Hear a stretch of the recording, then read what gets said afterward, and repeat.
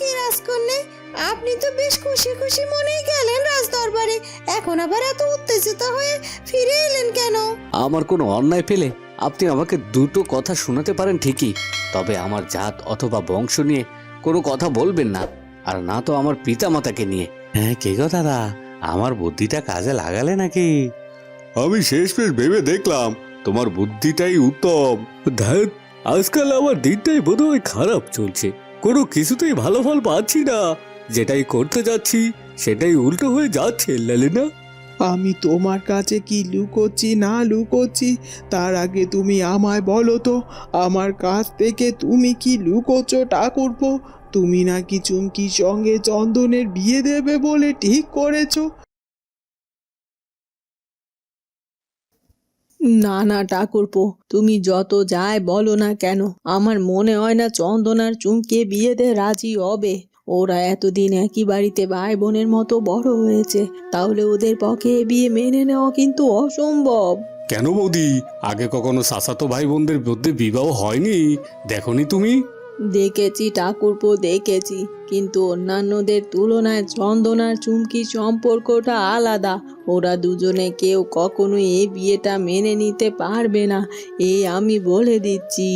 সে নিয়ে তুমি চিন্তা করো না তো বৌদি, সময় হলে দেখা যাবে চন্দন আর চুমকি ঠিক মেনে নেবে, এটা আমার বিশ্বাস। আমি নিজে ওদের সঙ্গে কথা বলবো। আচ্ছা বেশ, তোমার যেটা ভালো মনে হয় তুমি সেটাই করো। তুমি ওদের এ বিয়েতে রাজি আছো কিনা আগে সেটাই বলো শুধু। আমার মেয়েটাকে তোমার ছেলের বউ করতে তোমার আপত্তি নেই তো বৌদি? চুমকিকে আমার ছেলের বউ হিসেবে দেখতে আমার কোনো আপত্তি নেই, তবে ওদের দুজনে যদি এ বিয়েতে মত থাকে তবে আমিও রাজি। তাহলে তো হয়েই গেল। আমি নিজে চুমকি আর চন্দনের সঙ্গে কথা বলে নেব। তুমি এ বিষয় নিয়ে আর চিন্তা করো না বৌদি, শুধুমাত্র তোমার ছেলেটাকে সব কাজে মন দিতে বলো, বাইরের কোনো কাজে যেন মন না দেয়।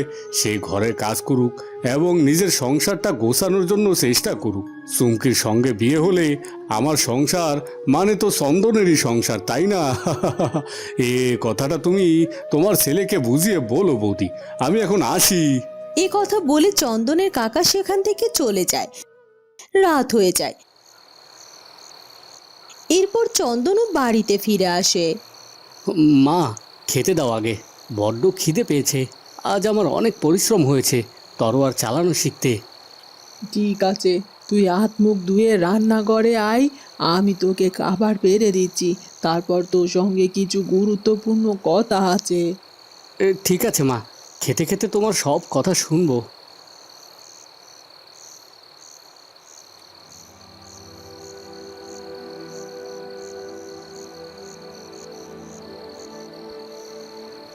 রাজকন্যা, তুমি কি ঘুমিয়ে পড়েছো?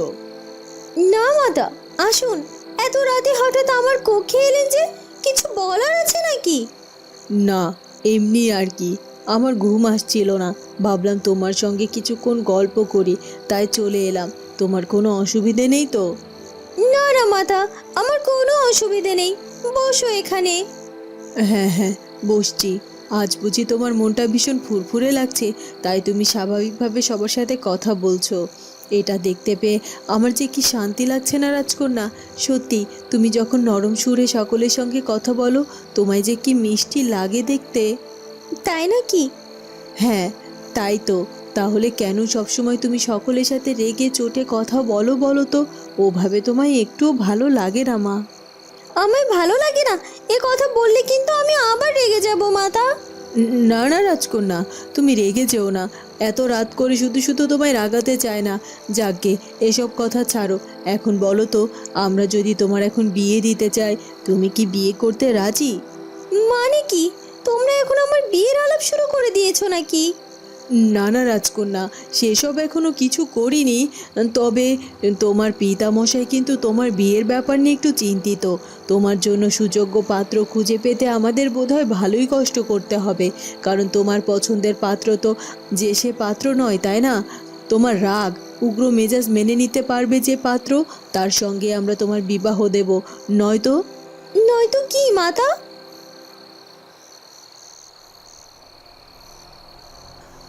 লালনা, এই লালনা, ঘুমিয়ে পড়লে নাকি? না মন্ত্রী মশাই, চোখটা একটু লেগে এসেছিল, এই আর কি। কি বলুন, এত রাতে এমন ডাকাডাকি কেন করছেন? বিশেষ কোনো দরকার আছে নাকি? আরে আরে, তুমি কি সবটা ভুলে গেলে নাকি লালেনা? আজ রাতে তো গুপ্তচর আসার কথা ছিল আমার কাছে, আমার কাছ থেকে রাজকোষ থেকে ধনরত্ন নেওয়ার জন্য। আজ রাতে তো সেগুলো পাচার করতে হবে। তোমাকে আর আমাকে ভুলে গেলে নাকি লালেনা? এই দেখেছেন মন্ত্রী মশাই, এত বড় কথা আমি ভুলে গিয়েছিলাম। রাজকোষাগারের নকল চাবিটা তো আমার কাছে আছে। চলুন তাহলে, আমি এক্ষুনি চাবিটা নিয়ে আসছি। হ্যাঁ হ্যাঁ, এতক্ষণে হয়তো গুপ্তচর এসে অপেক্ষা করছে আমাদের জন্য। চলো শিগগিরই চলো। আর হ্যাঁ, খুব সাবধানে, কেউ যেন খুনাক করেও কিছু টের না পায়। চলুন মন্ত্রী মশাই। ললন আর মন্ত্রীমশাই মিলে ষড়যন্ত্র করতে রাজকোষাগারের দিকে যায়। কি মন্ত্রী মশাই, আপনার আসতে এত সময় লাগলো কেন? আমি সেই কখন থেকে এখানে অপেক্ষা করছি। বাইরে আরও কিছু লোক আছে আমার সঙ্গে। আমার একার পক্ষে এত এত জিনিস নেওয়া তো সম্ভব নয়, তাই সকলে মিলে আপনাদের জন্য অপেক্ষা করছিলাম। আর আপনারা এত দেরি করলেন কেন? যদি এতক্ষণে কেউ এদিক দিয়ে আসতো তাহলে তো আমরা ধরা পড়ে যেতাম। আরে না না, ধরা পড়ার কোনো ভয় নেই। এদিকটাতে এখন তেমন কোনো পাহারাদার নেই। ওই বিজনের মৃত্যুর পর থেকে এদিকটা দায়ভার কিছুটা আমার উপরে পড়েছে, তাই আমি এখানে যা হুকুম চালাবো তাই হবে। আমার হুকুম ছাড়া এখানে কেউ আসবে না। অনেক হয়েছে কথা বলা, এবার ভেতরে প্রবেশ করুন তো। তারপর যা যা পাচার করার থাকে সেগুলো করে ফেলুন মন্ত্রী মশাই। আমার কিন্তু লুকিয়ে চুরিয়ে এসব করতে ভালো লাগে না।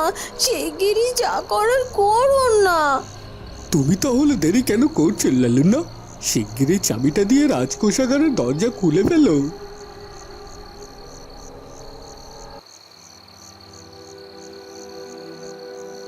উফ, আজ মাছের কালিয়াটা কি রেঁধেছো মা, দারুণ হয়েছে কিন্তু খেতে। আজ বাড়িতে কোনো ভালো খবর আছে নাকি? এমন ভালো মন্দ রান্না হয়েছে যে। বাড়িতে ভালো রান্না হয়েছে ঠিকই, কিন্তু সেটা ভালো খবরের জন্য নয়। তোর কাকা আজ কি মনে করে যেন অনেক বাজার করেছে, আর এসব কিছু রান্না করতে বলেছে বলে আমি করেছি। পেট পুড়ে খা। তুই এই যে মজা করে খাচ্ছিস, এটা দেখে আমার চোখ জুড়িয়ে যাচ্ছে। হ্যাঁ মা, খাচ্ছি আমি। তুমি খেয়েছো তো? না রে বাবা, এখনো খাইনি। তোর খাওয়া শেষ হলে কে নেব। তাহলে তুমি শুধু শুধু বসে আছো কেন? আসো মা, আমরা একসাথে খাই। আর হ্যাঁ, তুমি যেন কি বলবে বলেছিলে, কোনো গুরুত্বপূর্ণ কথার বিষয়ে। এখন বলো সেটা, খেতে খেতে শুনে নিচ্ছি আমি। আরে বাবা, গুরুত্বপূর্ণ কথাই তো বলার আছে। আসলে আমি তোর বিয়ের ব্যাপারে কথা বলবো। বিয়ে? বিয়ের ব্যাপারে কথা বলবে তুমি আমার সঙ্গে? আরে আরে, আস্তে আস্তে। বিয়ের কথা শুনতেই এমন বিষম খেলি যে এ নে জল খেয়ে নে বাবা। তখনই চন্দন এক গ্লাস জল খেয়ে নেয়। তুমি হঠাৎ করে আমার বিয়ের বিষয় নিয়ে পড়লে কেন মা? আমি তো বলেছি আয় রোজগার করে নিজের জন্য পয়সা জমাবো, তারপর বিয়ের কথা ভাবা যাবে। এই অসময়ে বিয়ে করে বউকে খাওয়াবো কি, পড়াবো কি? তোর কাকা বলেছে সেসব নিয়ে তোকে চিন্তে না করতে।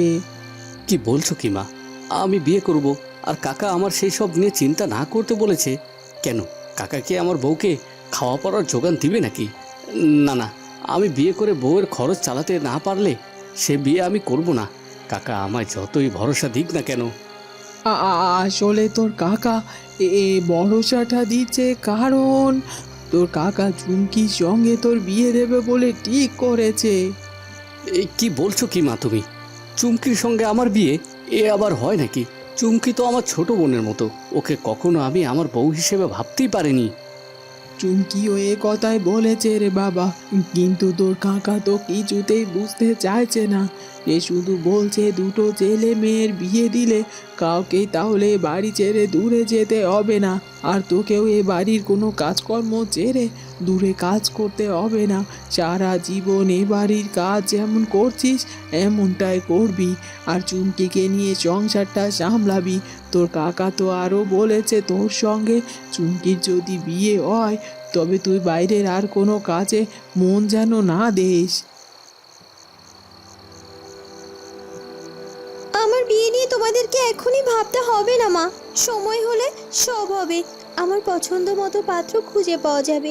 আমার বিয়ের উপযোগী পাত্র তো আমি নিজে পছন্দ করব মা, কারণ তোমার বা পিতামশাইয়ের আমার বিয়ের ব্যাপারটা কারোর উপরেই ছেড়ে দেব না। তাহলে কি আমি ধরে নেব যে আমাদের রাজকন্যার কোনো পছন্দ করা পাত্র আছে? আমাদের রাজকন্যা নিশ্চয়ই তো তার উপযোগী এবং পছন্দ মতো কোনো পাত্রই ঠিক করে রেখেছে মনে মনে, তাই তো? এই মা, আমি সে কখন বললাম মাতা? আমি শুধু এইটুকু বললাম আমি যখনই বিয়ে করি না কেন আমার বিয়ের বর হবে আমার পছন্দ করা পাত্র, এটাই তো, আর কিছুই তো বলিনি। তা তোমার মনের মতো পাত্রর মধ্যে কি কি বৈশিষ্ট্য থাকতে হবে একটু বলোই না রাজকন্যা, আমরাও মনে মনে খুঁজে দেখি এমন কোনো পাত্রের খোঁজ আমরা পাই কিনা। এতে করে তোমার বিয়ের উপযুক্ত পাত্র তোমার খুঁজতে সাহায্য হবে। এবার ভেবে দেখো আমায় বলবে কিনা নিজের পছন্দের কথা। রাজকন্যা মনে মনে তখন তার নিজের পছন্দ অনুযায়ী পাত্রের খোঁজ করতে থাকে। হঠাৎ করে তার চোখের পাতায় রাখাল বালক চন্দনের চেহারা বারবার ভেসে উঠতে থাকে। এ কি? আমি আমি তো আমার বিয়ের উপযোগী পছন্দ পাত্রের কথা ভাবছিলাম। কেমন হবে আমার পছন্দ করা পাত্র, কিন্তু বারবার ওই রাখাল বালকটার চেহারা কেন ভেসে উঠছে আমার চোখের পাতায়? আমার বর তো কোনো না কোনো রাজ্যের রাজপুত্র হবে, তবে কেন এই রাখাল বালক আমার চোখের পাতায় ভেসে উঠলো? কি কারণ? রাজকন্যা মনে হচ্ছে অন্য মনস্ক হয়ে কিছু একটা ভাবছে। যাকে বিয়ের কথা বলে আর রাজকন্যাকে লজ্জা দেওয়া যাবে না। অনেক রাত হয়েছে, এখন আমি আমার কক্ষেই চলে যাই বরং। শোনো রাজকন্যা চন্দ্রমুখী, তুমি এখন ঘুমিয়ে পড়ো, আর অযথা কথা বলে সময় নষ্ট করব না তোমার। আমারও বড্ড ঘুম পেয়েছে, আমিও যাচ্ছি আমার কক্ষে।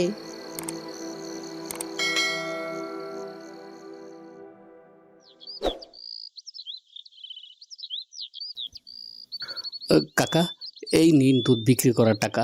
কিরে, টাকা এত কম কেন? আজকাল বাজারে গরুর দুধ কম দামে বিক্রি করছিস নাকি? না না কাকা, দিন যত যাচ্ছে গরুর দুধের পরিমাণ কমে আসছে, তাই কম পরিমাণ দুধ বিক্রি করে কম পরিমাণ টাকা আয় হচ্ছে। ও আচ্ছা, বুঝেছি। এবার মনে হচ্ছে আরো 2-4টা গরু বাড়াতে হবে, নয়তো সংসারটা চালাতে হিমশিম খেয়ে পড়বো। তা চন্দন, গরুগুলোকে ঘাস খাইয়ে এনেছিস তো? হ্যাঁ কাকা, বাজার থেকে দুধ বিক্রি করে আসার পরই আমি হিরে মানিককে নিয়ে মাঠে গিয়েছিলাম। ওদেরকে ঘাস খাইয়ে তারপর বাড়িতে নিয়ে এসেছি। ও বা, বেশ বেশ ভালো করেছিস। লক্ষ্মী ছেলে তুই আমার। তুই থাকতে আমার কোনো কিছু নিয়ে চিন্তা করতে হবে না। আজকের মতো আমার সব কাজ শেষ, আমি এখন চললাম কাকা। চললাম মানে? কোথায় যাচ্ছিস তুই? কেন কাকা, রাজবাড়িতে। মা আপনাকে কিছু বলেনি? রাজবাড়িতে যাচ্ছিস কেন? আর তোর মা আমাকে কিছু বলবে মানে? কিছু বলার আছে নাকি? হ্যাঁ, আমি মাকে বলেছিলাম যেন আপনাকে সবটা বলে। মায়ের বোধহয় মনে নেই, তাই আমি বলছি। রাজবাড়িতে আমার কাজ হয়েছে। রাজকন্যার প্রাণ রক্ষক হিসেবে নিজেকে গড়ে তুলতে প্রথমে আমাকে প্রশিক্ষণ নিতে হচ্ছে। এই জন্যই এখন থেকে রোজ আমায় একবেলা করে রাজবাড়িতে হাজিরা দিতে হবে। কি, শেষে কিনা তুই রাজবাড়িতে কাজ দিয়েছিস, তাও আবার রাজকন্যার প্রাণ রক্ষক হয়ে? এর আগে তোর বাবা রাজকোষাগারের রক্ষক হয়ে নিজের প্রাণ হারিয়েছে, এখন তুই আবার রাজকন্যার প্রাণ রক্ষক হয়েছিস? বৌদি এসব কিছু মেনে নিল? বৌদি কোথায়? তুমি এখানে এসো তো। আপনার হাতে এভাবে চোট লাগলো কি করে মন্ত্রী মশাই? কাল রাতে লুকিয়ে লুকিয়ে অস্ত্র আর স্বর্ণ সামগ্রী পাচার করার সময় হঠাৎ রানীমার আগমনের দ্রুত লুকোতে গিয়ে আঘাতপ্রাপ্ত হয়েছি আমি, যার ফলে হাতে জখম হয়েছে। কিন্তু সে কথা তো স্বীকার করা যাবে না। সকলের সামনে যাই হোক বানিয়ে কিছু একটা বলতে হবে। মানে মহারাজ, কাল রাতে নিজের কক্ষের কপাট লাগাতে গিয়ে হাতে বাজেভাবে চোট লেগেছে। ইস, দেখে শুনে কাজ করবেন তো। ওই মাঝে মধ্যে একটু একটু ব্যথা পেলে কিছু হয় না। হ্যাঁ হ্যাঁ, তা যা বলেছেন। আচ্ছা মন্ত্রী মশাই, ওই বালক মানে চন্দন এসেছে নাকি রাজপ্রাসাদে? সে নিয়ম করে তলোয়ার চালানো শিখছে তো? না মহারাজ, সে বালক এখনো রাজপ্রাসাদে এসে উপস্থিত হয়নি। ছেলেটা কিন্তু তার কাজে ভালোই ফাঁকি দিচ্ছে মহারাজ। এভাবে ফাঁকি দিয়ে কাজ শিখলে অনেক দিন সময় লেগে যাবে শুধুমাত্র তার তলোয়ার চালানো শিখতে। আরে না না, সবেমাত্র একদিন হলো শুরু করেছে ছেলেটা, একটু সময় লাগবেই সবটা আয়ত্ত করতে। সেসব না হয় বুঝলাম, নিজে এসে নিজ দায়িত্বর কাজ শিখতে শুরু করে দেবে, কিন্তু মহারাজ আমি একটা ব্যাপারের কথা বলতে চাইছিলাম আপনার সঙ্গে। তা কি বলবে রানী, বলো। আমি কাল রাতে একবার রাজকন্যার কক্ষে গিয়েছিলাম। তারপর যখন গভীর রাতে রাজকন্যার কক্ষে থেকে নিজের কক্ষে ফিরছিলাম, তখন রাজকোষাগারের দিকে কিছু লোকজনের আনাগোনার আওয়াজ শুনতে পেয়েছি। সেই আওয়াজ শুনে অনুসরণ করে রাজকোষাগারের যখন সামনে গেলাম, তখন সেখানে কাউকেই দেখতে পেলাম না। কি বলছো কি রানী, এত রাতে রাজকোষাগারের দিকে লোকজনের আনাগোনা? এ তো মোটেই ভালো কথা নয়।